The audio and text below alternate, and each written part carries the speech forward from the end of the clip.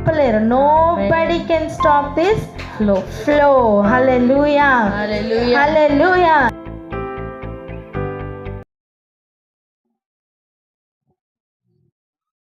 అక్క praise lord అక్క. Praise lord అండి, అందరికీ ప్రైజ్ లార్డ్. హల్లెలూయా. గడిచిన దినముల నుండి మనం ఎలాగూ శరీర కార్యములను మనం చంపివేయాలి అని నేర్చుకుంటున్నాం కదా. అలా ఆత్మచేత నడిపించబడుతున్న అనుభవంలో ఉన్నప్పుడు మనం ఎటువంటి గైడెన్స్ మనం పొందుతాం, ఎలా ఉంటుంది ఆ ప్రయాణం అనే విషయాలను కొన్ని చూద్దాం. చూడండి, ఒకసారి పేతురు గారు ఉన్న పరిస్థితిని ఒకసారి వెళ్దాం. యొప్పే పట్టణంలో ప్రార్థన చేస్తూ ఉన్నారట. రండి అక్కడికి వెళ్దాం. అపోస్తల కార్యాలు 11వ అధ్యాయం. అపోస్తల కార్యాలు 11వ అధ్యాయం 4-5 వచనాలు ఒకసారి చదవండి.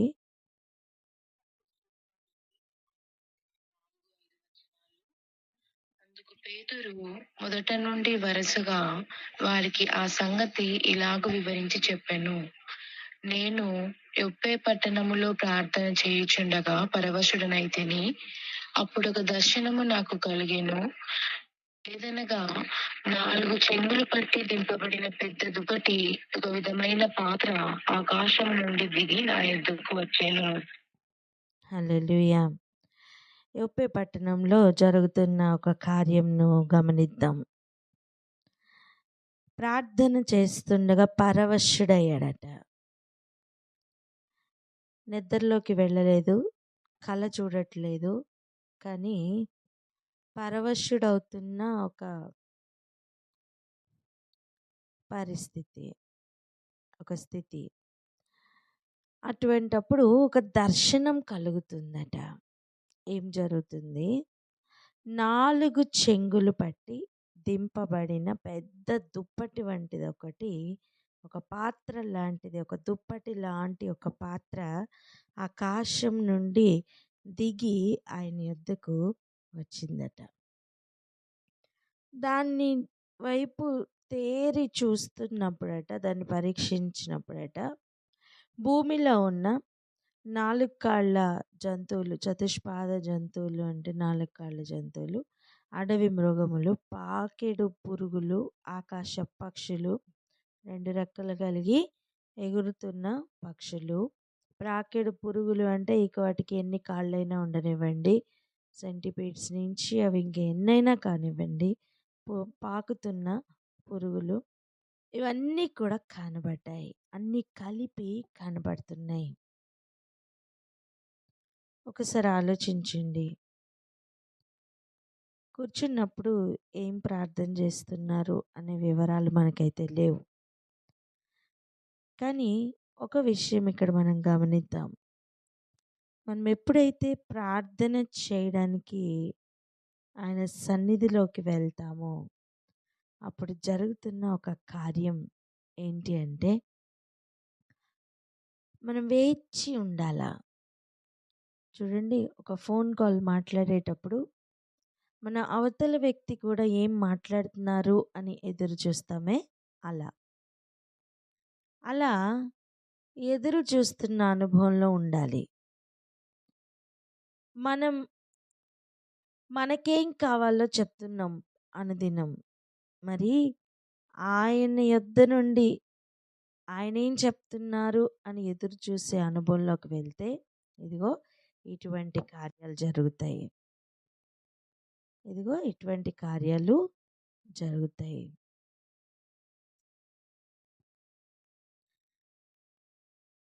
తను చూస్తుండగా తను అనుకున్న దుప్పటి ఏం రాలేదండి. దేవుడు తన చిత్తంలో చూపిస్తున్న దుప్పటి కిందకి దిగుతుంది. ఇంకా చూడండి, అప్పుడు 7వ వచనం, పేతురు, నీవు లేచి చంపుకొని తినుమని ఒక శబ్దం నాతో చెప్పుట వింటిని. అప్పుడు ఒక శబ్దం కూడా వింటున్నారట. ఏమని? నువ్వు లేచి చంపుకొని తినమని చెప్తున్నారు. వెంటనే పేతురు చెప్తున్న సమాధానం, వద్దు ప్రభువా, నిషిద్ధమైనది అపవిత్రమైనది ఏదియు నా నోట ఎన్నడను పడలేదని చెప్పగా, అంటే ఇంతవరకు మీ ఆజ్ఞలు ఏవైతే ఉన్నాయో దాని ప్రకారం అపవిత్రమైనది అని ఎంచబడింది ఏది కూడా నా నోట నేను పెట్టలేదు. వద్దు ప్రభువా, దీన్ని నేను తినను అని చెప్తున్నప్పుడు రెండవసారి కూడా ఆ శబ్దం ఆకాశం నుండి వస్తే అప్పుడు కూడా తను చెప్పిన మాట చూడండి, దేవుడు చెప్తున్న మాట, పవిత్రము చేసినవి నీవు నిషిద్ధమైనవిగా ఎంచవద్దని ఉత్తరం ఇచ్చెను. దేవుడు పవిత్రపరిచినవి నువ్వు అపవిత్రమైనవిగా ఎంచకు అని చెప్తుంటే మరలా చెప్తున్నమాట, ఇలాగ ముమ్మారు జరిగెను. తర్వాత అదంతయు ఆకాశంనకు తిరిగి తీసుకొని పోబడెను. ఒక దర్శన రీతిగా ప్రభువు పేతురుతో ఏదో మాట్లాడుతున్నారు. ఏం మాట్లాడుతున్నారు? ఇదంతా ఏం మాట్లాడుతున్నారు ఆలోచించండి. పవిత్రపరచబడినవి అని చెప్తున్నారంటే ఇంతవరకు అపవిత్రముగా ఉన్నవి ఇప్పుడు దేవుడు పవిత్రపరిచారు అనే ఒక సూచన చూపిస్తున్నారు. ఇంతవరకు నిషిద్ధమైనదే కానీ ఇప్పుడు అనుమతించబడినది అని ప్రభు అక్కడ చూపిస్తున్నారు. ఒక చేంజ్ అక్కడ చూపిస్తున్నారు. ఇంతవరకు ఇలా నడువు అని చెప్పి చూడండి, గూగుల్ మ్యాప్స్లో మనం ప్రయాణం చేస్తున్నప్పుడు ఇప్పటి వరకు స్ట్రైట్గా వెళ్ళిన ప్రయాణం ఇప్పుడు సడన్గా యూటర్న్ తీసుకోమంది అనుకోండి, నేను ముందుకు వెళ్తే నన్ను వెనక్కి వెళ్ళమంటావా నువ్వు అంటామా? లేదా యూటర్న్ తీసుకొని ఇంకా అక్కడెక్కడో లెఫ్ట్ రైట్ ఉంటుంది అని అర్థం చేసుకుని వెళ్తామా?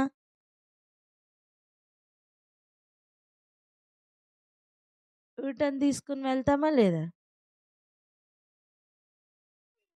వెళ్తాం కదా.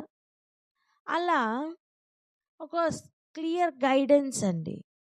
అప్పటి వరకు ఏదేదైతే దేవుడు వద్దు అన్నారో అప్పటి నుంచి ఆయన పవిత్రపరుస్తున్నాను అనే ఒక సూచన చూపిస్తున్నారు.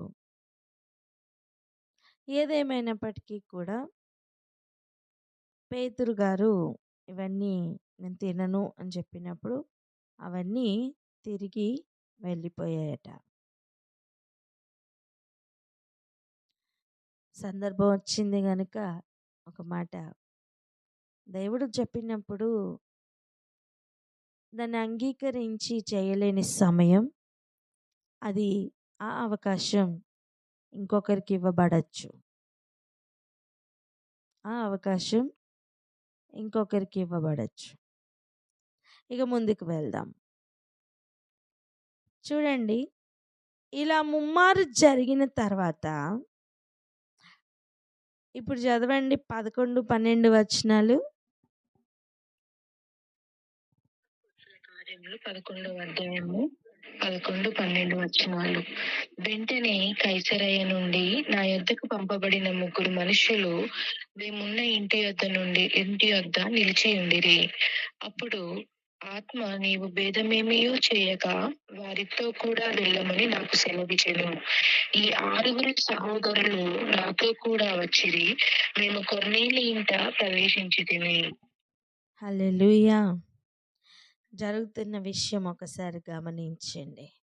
అప్పటికే కొర్నేలి ఇంటి నుండి బయలుదేరిన వారు ఆ 3 మనుష్యులు అక్కడ నించున్నారట. ఆత్మ చెప్తున్న మాట వినండి. నీవు భేదమేమియూ చేయక. ఇంతవరకు భేదం చూపించావు, ఇప్పుడు నువ్వు భేదమేమీ చూపించద్దు. నువ్వు భేదమేమియూ చేయక వారితో కూడా వెళ్ళుమని నాకు సెలవిచ్చెను. హల్లెలూయా. ఇప్పుడు ఆలోచించండి. ఆత్మ నడిపింపు ఇలా ఉంటుంది. ఏది చెయ్యాలి, ఎలా వెళ్ళాలి, ఎప్పుడు వెళ్ళాలి, ఎంత క్లియర్ గైడెన్స్ చూడండి. అటుపక్కేమో కొర్నేలికి చెప్పారు పంపించమని, ఇక్కడేమో పేతురుతో చెప్తున్నారు వెళ్ళమని. ఇదిగో దేవుని కార్యాలు అలా ఆత్మ ద్వారా చేస్తున్నారు. ఆత్మ నడిపింపులో, ప్రార్థనలో, దర్శన రూపంలో కనిపించి కొన్ని నేర్పించి, ఇప్పుడు నిజంగా జీవితంలో ఎక్కడికి వెళ్ళాలి అని మనస్సులో కూడా ఏ భేదము చేయకుండా వారితో వెళ్ళు అని చెప్పడం. ఎందుకంటే వాళ్ళు అన్యుల దగ్గరికి యూదులు వెళ్ళి భోజనం చేయడం ఇటువంటివి ఉండవు. కానీ అక్కడికి వెళ్ళమని ఆత్మ చెప్పుతున్నారట. అప్పుడు ఆత్మ, ఆ మాటను గమనించండి. అప్పుడు ఆత్మ చెప్తున్న మాట, నీవి భేదమేమీ చేయక వారితో కూడా వెళ్ళు అని చెప్తుంటే, ఆ తర్వాత తను వెళ్ళడం, అక్కడ ఆ ఇంటి వారందరూ కూడా పరిశుద్ధాత్మలో బాప్తిస్మం పొంది, తర్వాత అందరితో పాటు అంటే యూదులతో పాటు సమానంగా వారు కూడా దేవునికి సమానమే అని అక్కడ ఒక గ్రహింపు రావడం, ఇవన్నీ మనకి చూస్తున్నాము. ఈరోజు మన సబ్జెక్ట్ ఏంటంటే, ఎలాంటి సమయంలోనున్నా దేవునితో మనం ఆ రిలేషన్లోకి వెళ్ళాలి. ఏ రిలేషన్లో కంటే, మనం ఆయనతో ఏం చెయ్యాలో చెప్పిన కాలం ఇంకా చాలు. ఇప్పుడు ఆయన మనతో మనమేం చేయాలో చెప్పవలసిన కాలంలోనికి అడుగు పెడదాం. ఆమేన్. అర్థం? ప్రభా నువ్వు ఇలా చెయ్యి ప్రభా, నేను నాకు ఉద్యోగం ఈ ప్రభా. తర్వాత మనం చాలా అడుగుతాం కదా, అది అడగం మనం. నిజానికి నువ్వు చెయ్యి అని చెప్పి మనం రిక్వెస్ట్ చేస్తున్నట్టుగా కాక, మనం అన్నీ నేను ప్రార్థన చేశానుగా నాకు ఎందుకు చేయవన్నట్లు మనం అడుగుతూ ఉంటాం. మనం మన చిత్తం ఏంటో ఆయనతో చెప్తూ ఉంటాం. చెప్పి నేను ప్రార్థన చేసేసాను అనుకొని మనం ఆయన మాట్లాడే లోపల మేబీ ఆమెను అనేస్తున్నామేమో. అవతల వ్యక్తి ఫోన్ మాట్లాడే లోపల మనం ఫోన్ పెట్టేస్తే ఎలా ఉంటుంది? అలా ఆయన చిత్తం ఏంటో కనుక్కోకుండా మనం మన చిత్తం ఏంటో చెప్పి వచ్చేస్తున్న అనుభవంలో ఉంటున్నామేమో ప్రార్థన గదిలో. కానీ ఒకసారి ఆలోచించండి, ఈ అనుభవం ఎలా ఉంటుంది? నువ్వు ప్రార్థనలో నుంచి బయటికి రావడమే, ఏం చెయ్యాలో ఒక గైడెన్స్ ఇస్తుంటే ఆ అనుభవం ఎలా ఉంటుందో ఒకసారి ఆలోచించండి. నెక్స్ట్ ఇలా వెళ్ళు, ఇలా చేయి, ఇలా మాట్లాడు, ఇక్కడికి వెళ్ళు అని క్లియర్ గైడెన్స్ ఉంటే ఎంత బాగుంటుంది.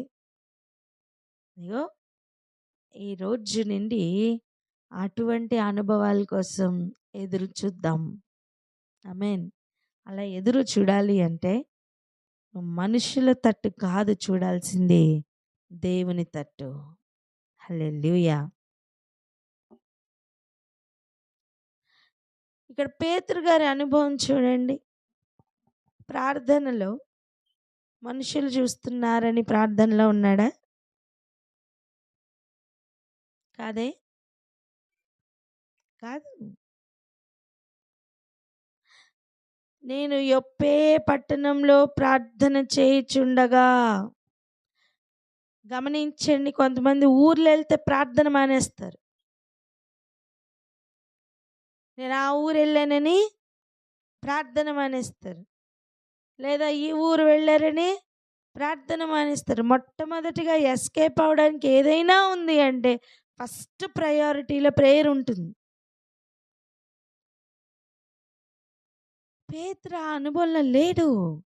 ఏ పట్టణానికి వెళ్ళినా అక్కడ ప్రార్థనలో ఉన్నాడట. హల్లెలూయా. నేను వేరే వాళ్ళ ఇంట్లో ఉన్నాను అందుకని ప్రార్థన చేయను అనలేదా?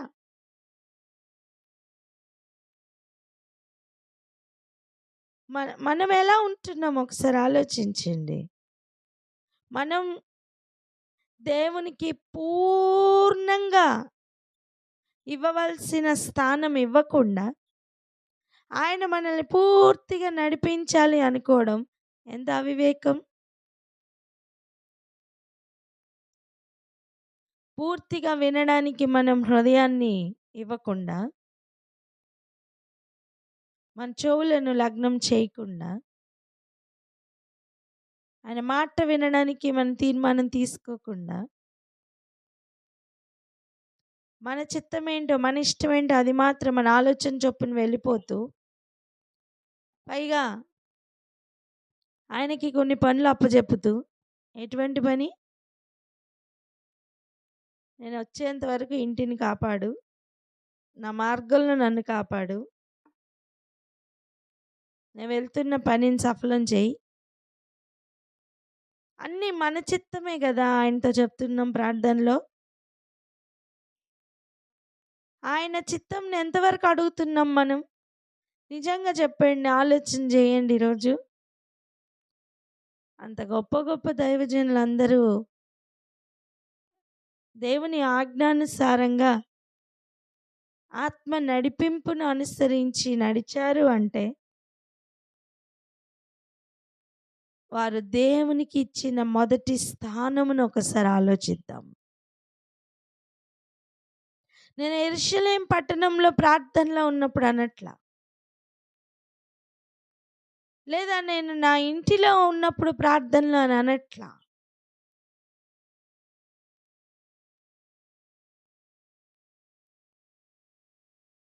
మనం అన్ని పనులు తీర్చుకొని ప్రార్థనలో కూర్చుందాం అనుకుంటాం. మనం ఇవ్వవలసిన ప్రయారిటీ దేవునికి ఇద్దాం.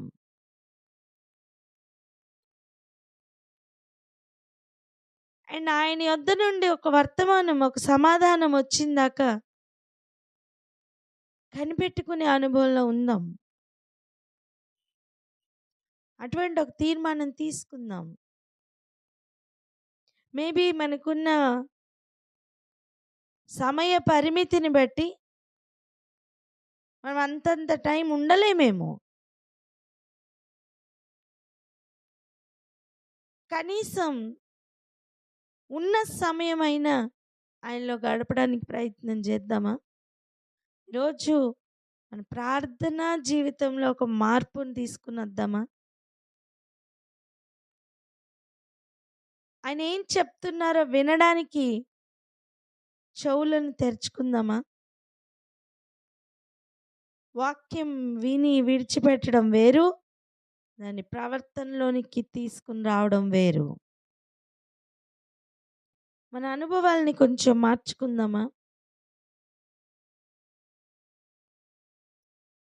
నువ్వు భేదమేమి చేయకుండా వెళ్ళు అని చెప్పినప్పుడు తనేం ఆలోచించకుండా తనతో వెళ్ళిపోయాడండి వాళ్ళతోటి. అనే మాట వింటున్న అనుభవం ఒకసారి ఆలోచించండి. అన్యుల వాళ్ళకి నాకు సంబంధం లేదు, నేను వెళ్ళను అనట్లేదండి. ఈరోజు నీతోని నాతోని అంతే అన్యూజువల్గా దేవుడు వెళ్ళు అని చెప్తే వెళ్ళడానికి సిద్ధమేనా? లేదా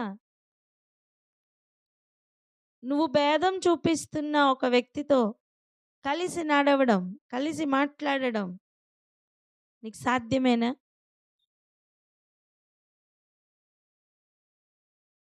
నువ్వు భేదం ఏమీయూ చూపక వెళ్ళు అంటే దాని అర్థం ఏంటి? ఇప్పటి వరకు కలవలేదని అర్థమే కదా. వారెవరో నీకు తెలీదు, కానీ అన్యులతో మేము కలవము అనే ఒక డాక్ట్రిన్లో బ్రతుకుతున్న పేతురుకు దేవుడు నువ్వు భేదమేమి చూపించకుండా వాళ్ళతో వెళ్ళు అని చెప్తున్నారు. అలా అలా కదలడం సాధ్యమేనా? మనం ఎప్పుడు మన పరిధిలో ఉండడానికి ప్రయత్నం చేస్తాం కదా.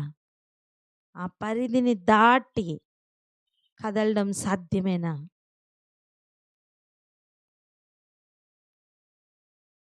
ఇదిగో ఒక మాట వినిన వానికి కదా ఇంకొక మాట చెప్పడానికి ఇష్టపడతాం. బేసిక్గా దేవుడు చెప్పిన ఆజ్ఞలను పాటిస్తే కదా దానిని దాటి ఇంకేమైనా చెప్తారు ప్రభు. నేను అంటాను, రాయబడినవి పాటిస్తే కదా రాయబడనివి చెప్తారు.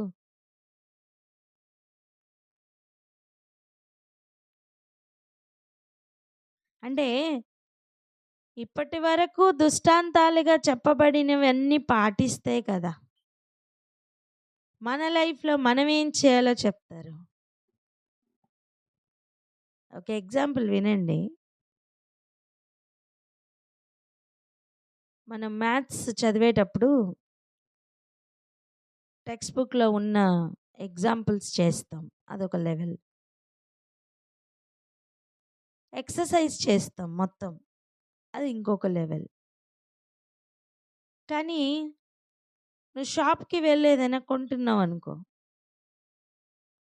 అప్పుడు అక్కడ వచ్చే ఎడిషన్స్ కానీ సబ్స్ట్రాక్షన్స్ కానీ ఆ క్యాలిక్యులేషన్ కోసం టెక్స్ట్ బుక్ వెళ్ళి రిఫర్ చేస్తావా?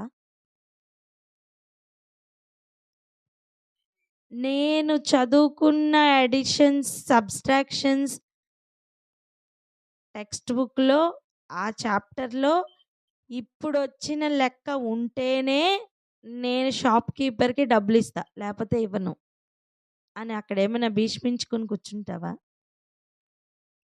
లేదు కదా. నీకు ఇచ్చిన జ్ఞానం దేనికి? నువ్వు సంపాదించుకున్న జ్ఞానం దేనికి? ఇప్పుడు నువ్వున్న షాప్ కీపర్కి నీకెంత రావాలో నీవెంత ఇవ్వాలో క్యాలిక్యులేట్ చేయడానికి నీకు తెలిసిన జ్ఞానం పనిచేయకపోతే నువ్వు చదువుకుని ఏం ప్రయోజనం? ఇదెంత వాస్తవమో ప్రస్తుతం మనం దేవునితో వేయవలసిన అడుగులు అలా వెయ్యాలి అని సూచిస్తుంది. అలా వెయ్యకపోతే మన పరిస్థితి కూడా అంతేనండి. ఆత్మయే ఇప్పుడు ఒక మాట నీతో చెప్తున్నారనుకో, నువ్వు వచ్చి రిఫర్ చేసుకుని ఇందులో ఉంటేనే నేను ఆత్మ చెప్పిందో కాదో వింటాను అని రిఫర్ చేయడానికి వచ్చావనుకో, నీకు అంత టైం ఉండదు నాన్న. నువ్వు ప్రవర్తించవలసిన సమయం ప్రవర్తించాలి. దానికి ముందుగా ఇవన్నీ అనుభవాలు. ఇప్పుడు నేను కూడా యొప్పే పట్టణానికి వెళ్ళి ప్రార్థనలో ఉంటాను, ఇప్పుడు నాకు దుప్పటి చూపించండి, ఎలా ఉంటుంది చెప్పండి, ఆలోచించండి. ఎంత ఫూలిష్గా ఉంటుందండి. ఇది పేతురు గారి అనుభవం. మరి ఇంకా ఇతర ఏ శిష్యులకి కూడా మళ్ళీ దుప్పటి చూపించి మళ్ళీ ఇటువంటి అనుభవం ఇవ్వలేదే. ఇవన్నీ కూడా ఒక్కొక్కరి జీవితంలో జరుగుతున్న ఒక్కొక్క అనుభవాలు. దేవాది దేవుడు ఎలా అయినా కదులుతారు. వింటున్న స్వరం దేవుందో కాదో చూసుకొని కదలగలిగితే, మాట వినగలిగితే, ఆయనను గుర్తుపట్టగలిగితే ఆ ఆత్మ నడిపింపు, ఆ ఆత్మ నడిపింపులో ఆయన చిత్తం జరుగుతుంది. ఆమేన్. ఈరోజు ఈ వాక్య భాగంలో నుంచి మనం నేర్చుకోవాల్సిన కొన్ని ముఖ్యమైన అంశములు ఏంటి? నువ్వు ఏ పట్టణంలో ఉన్నా నీకు అనవసరం, నువ్వు ఏ ఇంటిలో ఉన్నా నీకు అనవసరం. నువ్వు దేవునితో నీ సమయానికి, నీ రిలేషన్లో, నీ ప్రార్థనలో నువ్వు ఉండు.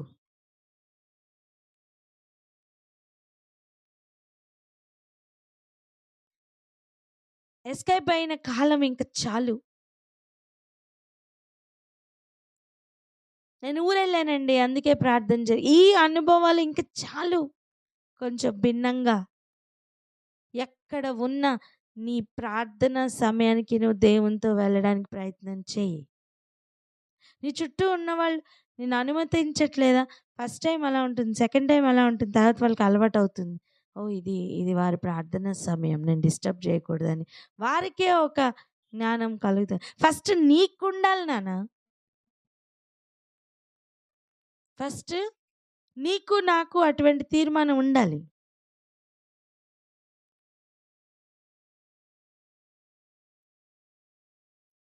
రెండవది, మన అనుభవాలు చెప్పి, మన ప్లాన్స్ చెప్పి మాత్రం బయటకు వస్తున్న అనుభవాలు కాకుండా ఆయన చిత్తమేమిటో వినే అనుభవంలోనికి వెళ్దాం, వేచి ఉందాం. ఖచ్చితంగా మాట్లాడతారు దేవుడు, ఏదో ఒక రూపంలో మాట్లాడతారు. ఆయన గొర్రెలైతే ఆయన స్వరం వింటాయి, గుర్తుపడతాయి.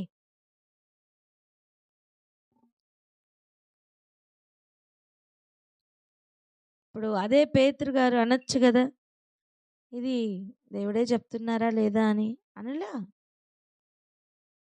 అంటే ఆయన గుర్తుపట్టారనే కదా అర్థం. మరి ఇదే పేతురు గారు శిష్యులతో కలిసి ప్రయాణం చేస్తున్న ఫస్ట్ అనుభవాల్లో గుర్తుపట్టండి.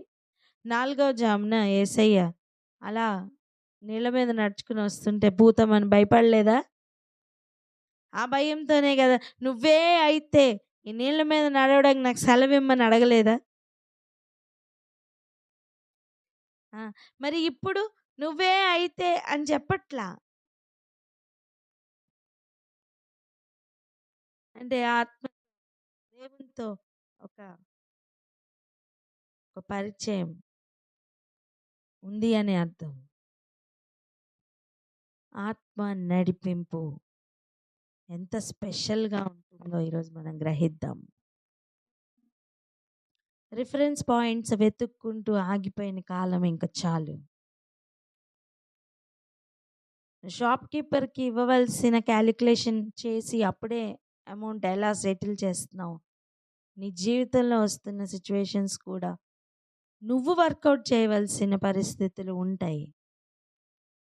వాటి కొరకు నేను వెనక్కి వచ్చి నా టెక్స్ట్ బుక్ రిఫర్ చేస్తాను అని అటువంటి అజ్ఞానంలో ఆగద్దు.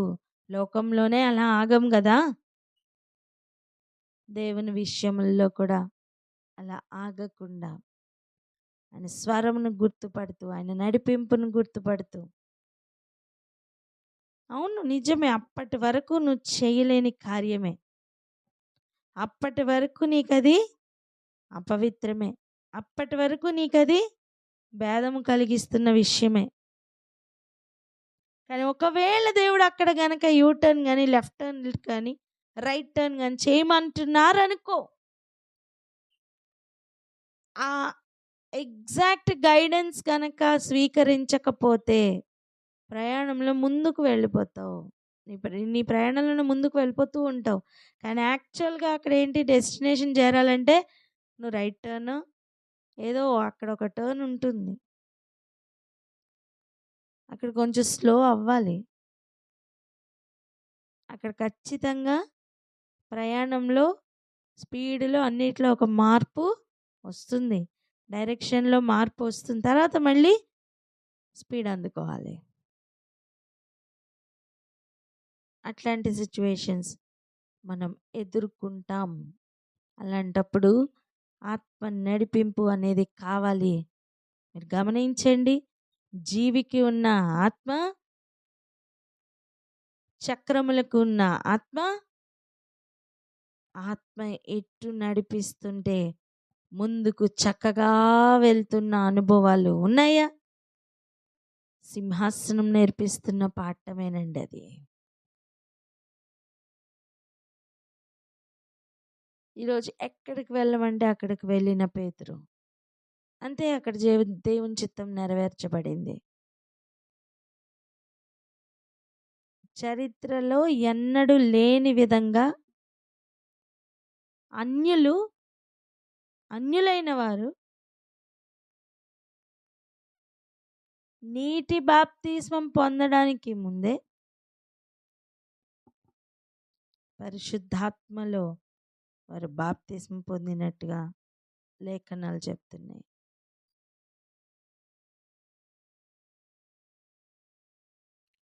మన లెక్కలు తారుమారు అవుతాయి. మన ఊహకు అందని విషయాలు, మన డాక్ట్రిన్స్కి అందని విషయాలు ఆత్మ నడిపింపులో జరుగుతాయి. అక్కడ పూర్తి సబ్మిషన్ కావాలి, అక్కడ పూర్తి వివేకం కావాలి, అక్కడ పూర్తిగా లోబడే మనస్తత్వం కావాలి, కనిపెట్టుకునే అనుభవం కావాలి, మాట వినే అనుభవం కావాలి. ఎప్పుడెప్పుడు దేవుని సన్నిధిలో గడుపుతాననే ఆశ ఉండాలి.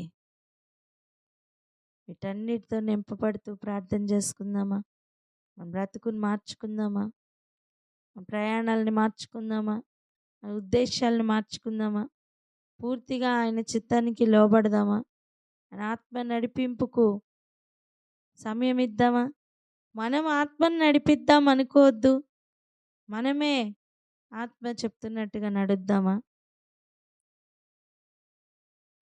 మనం ఇన్స్ట్రక్షన్స్ ఇవ్వద్దు, మనం తీసుకుందామా? మనం ప్లాన్ చేయొద్దు, ఆయన ప్లాన్లో నడుద్దామా? అయితే ప్రార్థన చేద్దాం అక్క.